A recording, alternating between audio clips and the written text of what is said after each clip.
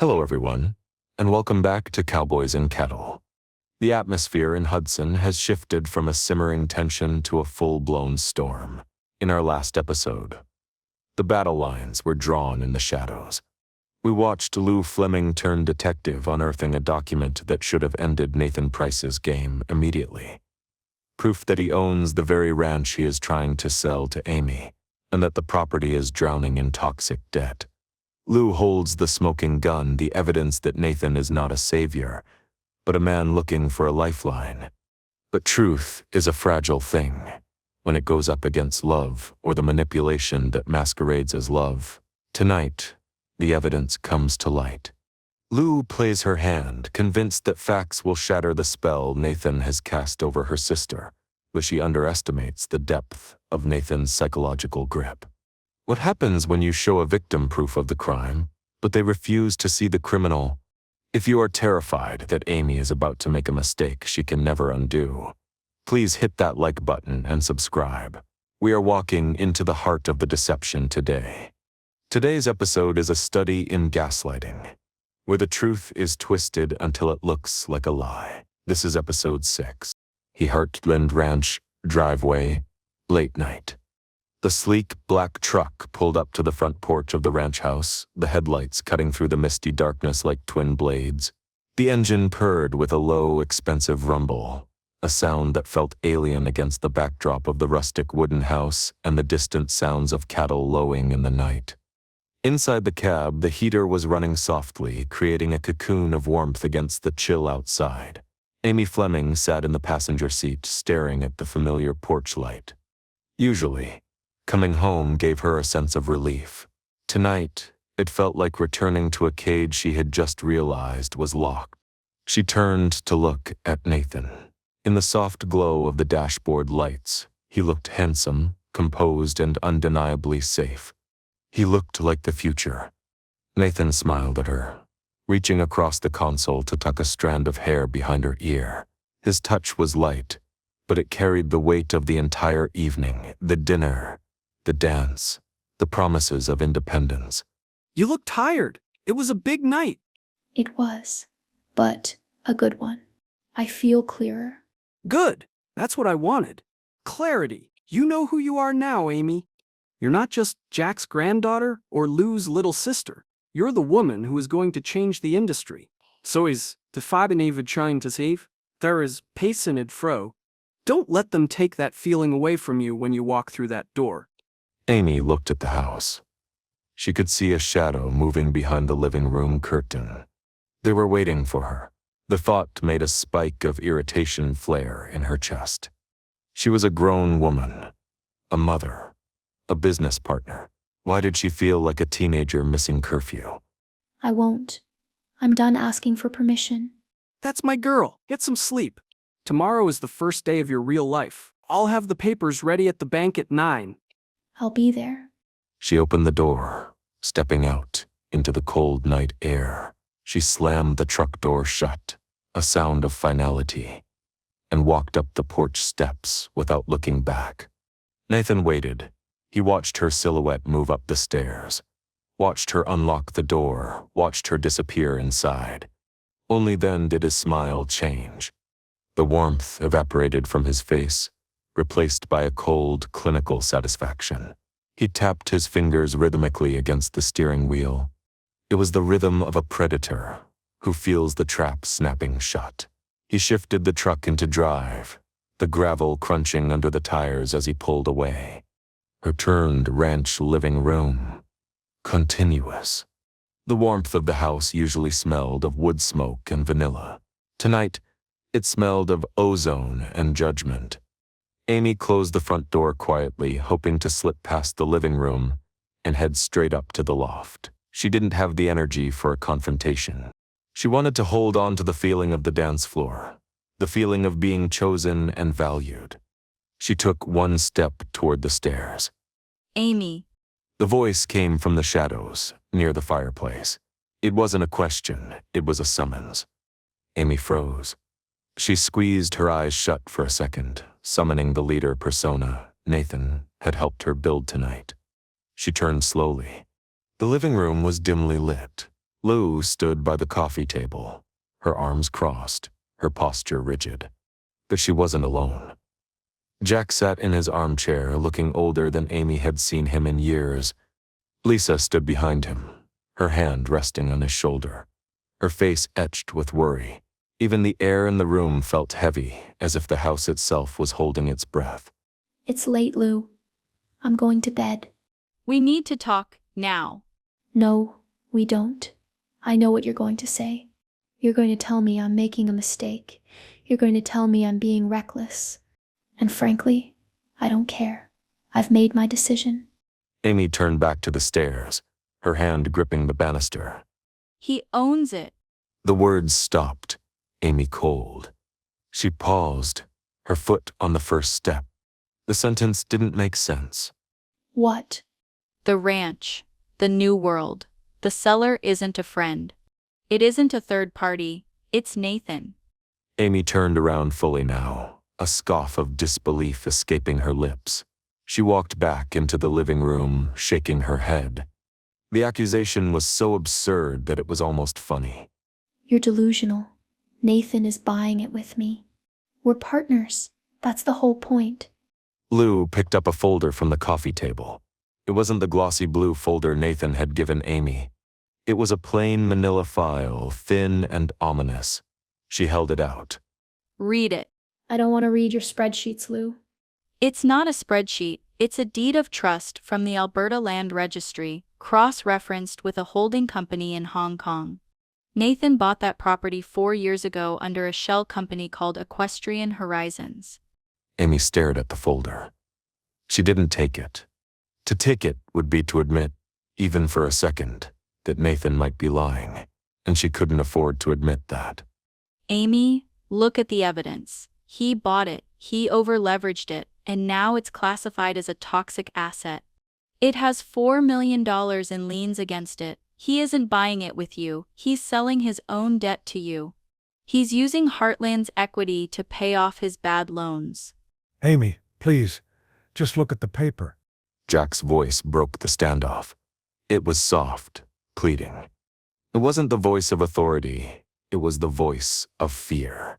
Hearing her grandfather sound so scared chipped away at Amy's resolve. She snatched the folder from Lou's hand. Fine. I'll look at it. And then you're going to apologize for being paranoid. She opened the file. The light from the lamp was dim, but the bold text was clear enough. Nathaniel J. Price, pre-foreclosure. Amy read the words. Her eyes traced the lines. Her brain processed the letters, but her heart refused to accept the meaning. It was like looking at a picture of the sky and being told it was green. It contradicted her entire reality. This doesn't prove anything. It proves everything. It proves he's a fraud. It proves you dug up some paperwork. You don't understand. Shell companies are complicated, Lou. You said so yourself. This could be a previous structure, or a different Nathan Price. A different Nathan Price who coincidentally owns the exact property he took you to visit. Amy, wake up. He is conning you. Amy slammed the folder shut. The sound echoed like a gunshot in the quiet room. Stop it. Just stop. She looked at Lou, her eyes blazing with tears and fury. She didn't see a sister trying to save her. She saw the person Nathan had warned her about, the person who was afraid of her success, the person who wanted to keep her small. You went behind my back. You hired someone to spy on my boyfriend. I hired a forensic accountant to protect this family. You hired a spy because you can't stand that I'm doing something on my own. You can't stand that I found someone who believes in me more than you do. That is not true. I love you. If you loved me, you would trust me, but you don't. You just want to control me. Nathan was right. You're terrified that I'm going to outgrow you. Lisa stepped forward, her voice calm but firm. Amy, nobody is trying to control you, but these documents, they are legal records. You can't ignore facts just because they hurt. Watch me. Amy gripped the folder tightly. She felt a frantic need to get away from them, to get away from the doubt they were injecting into her veins. She needed to see Nathan. She needed him to explain this. She needed him to tell her it was a mistake so she could breathe again. I'm taking this to him right now. Amy, don't. Stay here. Let us handle this. No. I'm going to show him what you did. I'm going to show him how low you stooped.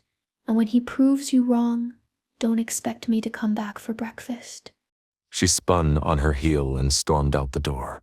The heavy wood slammed shut again, leaving Lou, Jack, and Lisa standing in the silence of the wreckage. Lou stared at the door, her hands shaking. She had played her ace, and it hadn't worked. It had only driven the wedge deeper. Nathan's rental house. The rain had started again, a slow, miserable drizzle that slicked the roads. Amy drove her truck too fast, her knuckles white on the steering wheel. The folder sat on the passenger seat, like a radioactive isotope. Toxic asset. Pre-foreclosure. Beneficiary. The words swirled in her mind, mixing with Nathan's voice. They are afraid. They want to keep you small. She pulled up to the curb outside the luxury rental house Nathan was staying in. It was a modern, glass-fronted building on the edge of town, cold and imposing. The lights were on inside. Amy grabbed the folder and ran through the rain to the front door. She pounded on the wood with her fist. Nathan, open up. She didn't wait. She pounded again. The door opened. Nathan stood there, dressed in casual loungewear, a glass of scotch in his hand. He looked surprised, but not alarmed. His hair was slightly mussed, his expression soft. Amy, what's wrong? You're soaking wet. He stepped back to let her in. Amy marched into the entryway, water dripping from her coat onto the expensive hardwood floor. She didn't care. She thrust the folder at his chest. What is this? Nathan looked at the folder, then at her face. He saw the panic, the anger, the desperation. He set his glass down on a side table with deliberate slowness. He took the folder. I assume this is Lou's handiwork? She says you own it. She says the ranch is bankrupt. She says you're selling me your own debt. Amy's voice cracked. She was shouting, but underneath the volume was a plea. Tell me it's not true. Please, tell me it's not true. Is it true, Nathan? Do you own Equestrian Horizons? Nathan opened the folder.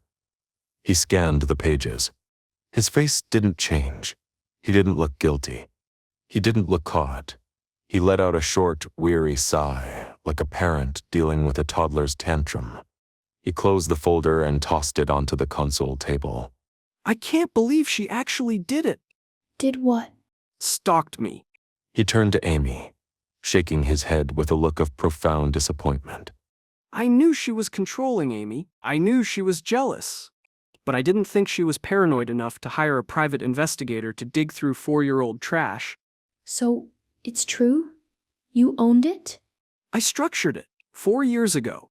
He walked over to her, ignoring her flinch, and placed his hands on her shoulders. He looked her dead in the eye, his gaze steady and hypnotic. When the property was first developed, I was an initial investor. We set up Equestrian Horizons as a vehicle to hold the land. But the deal fell through because of zoning issues. The company was dissolved. The debt she's seeing? That was construction financing from 2021. It was settled years ago. But the document says pre-foreclosure. Because the registry hasn't updated the lien release yet. It's a paperwork lag, Amy. It happens all the time in commercial real estate. Lou knows that. Or she should, if she actually knew anything about business. He stepped away, pacing the room, acting the part of the wounded victim perfectly. She is cherry-picking data. She found an old file, saw my name, and constructed a conspiracy theory because she cannot stand the idea of you leaving her. He turned back to her, his voice rising with righteous indignation. Think about it, Amy. If I was broke, if I was drowning in debt, would I be taking you to the Obsidian? Would I be driving an $80,000 truck? Amy blinked. The logic hit her. He did seem rich. Everything about him screamed wealth. Why would a broke man spend money as he did? She is manipulating you. She handed you a scary piece of paper hoping you wouldn't ask questions. She hoping you'd panic and run back to the barn. And look, it worked. Amy looked at the folder on the table. It looked less like a weapon now and more like a prop. She seemed so sure. Of course, she was sure. She's desperate. She's losing her grip on you. Nathan walked back to her. He reached out and took her wet hands in his. I have nothing to hide from you. If you want, we can call my lawyer right now. We can wake him up, and he can walk you through the dissolution papers. We can spend the next 10 hours going through legal archives to prove Lou wrong. He paused, letting the offer hang there. He knew she wouldn't take it. It was too much work, too much conflict. Amy remembered the pristine white barns, the heated floors, the sense of peace. It looked like a dream. It is. And Lou is trying to turn it into a nightmare because she's miserable. He pulled her into a hug. Amy stiffened for a second, then melted against him. The relief was overwhelming. It wasn't true. It was just paperwork. It was just Lou being Lou. I'm sorry she did this to you. It's a violation. She had no right to investigate us. It proves exactly why we need to get away. Amy nodded against his chest. Her anger at Nathan evaporated, instantly replaced by a cold, hard resentment toward her sister. Lou had tried to ruin this. Lou had tried to poison the one good thing in her life with lies and old paperwork. You're right. She can't let go. Then you have to let go of her. He pulled back, looking at her face. Go home, get some sleep, ignore her, and tomorrow morning, we meet at the bank. We sign the papers, and we end her control over you forever. I'll be there. I know you will. You're stronger than she thinks. The Calden Ranch. The rain had stopped, but the world was still dripping. Amy sat in her truck in the driveway of Heartland, the engine idling. She looked at the house. The living room light was still on. She knew Lou was in there, waiting to say, "I told you so," waiting to accept Amy's apology. Amy looked at the manila folder on the passenger seat. She reached over and grabbed it. She felt the texture of the paper that had caused her so much fear for nothing. She crumpled it. She squeezed it into a tight, mangled ball of trash. She hated it. She hated that she had doubted him. She hated that Lou had made her doubt him. Nathan was right. This wasn't protection. It was policing. Lou wasn't acting like a sister. She was acting like a warden, and Amy was done being a prisoner. She shoved the crumpled paper into the footwell of the passenger side, burying it in the darkness. She turned off the ignition. She wiped the tears from her face, rubbing her skin until it was dry and red. She checked her reflection in the mirror. Her eyes were hard. The softness, the uncertainty, the guilt, it was gone. You don't get to win this time, Lou. She opened the door and stepped out. She walked toward the house, her boots striking the ground with a heavy, determined rhythm. She wasn't going inside to argue. She wasn't going inside to explain. She was going inside to pack. Tomorrow, she would sign. She would pledge Heartland as collateral. She would buy the dream. And she would do it not just for herself, but to prove to Lou Fleming that she was wrong. Inside the house, Lou watched from the window as Amy approached. She saw the set of her sister's shoulders. She saw the lack of hesitation. And Lou felt a chill that went deeper than the bone. She realized, with a terrifying clarity, that the evidence hadn't worked. The truth had bounced off the armor Nathan had built around Amy's mind. The war was no longer cold, and the first casualty was going to be the ranch itself. That concludes today's episode of Heartland. We have just witnessed the terrifying power of manipulation. Nathan Price didn't need to burn the evidence. He just needed to reframe it.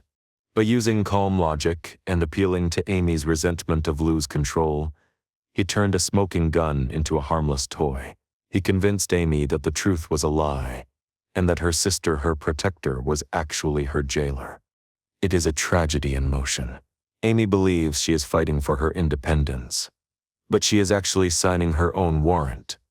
She is going to the bank tomorrow. She is going to leverage the home Jack built, and she is doing it to spite the only person trying to save her. Lou is now in a nightmare scenario.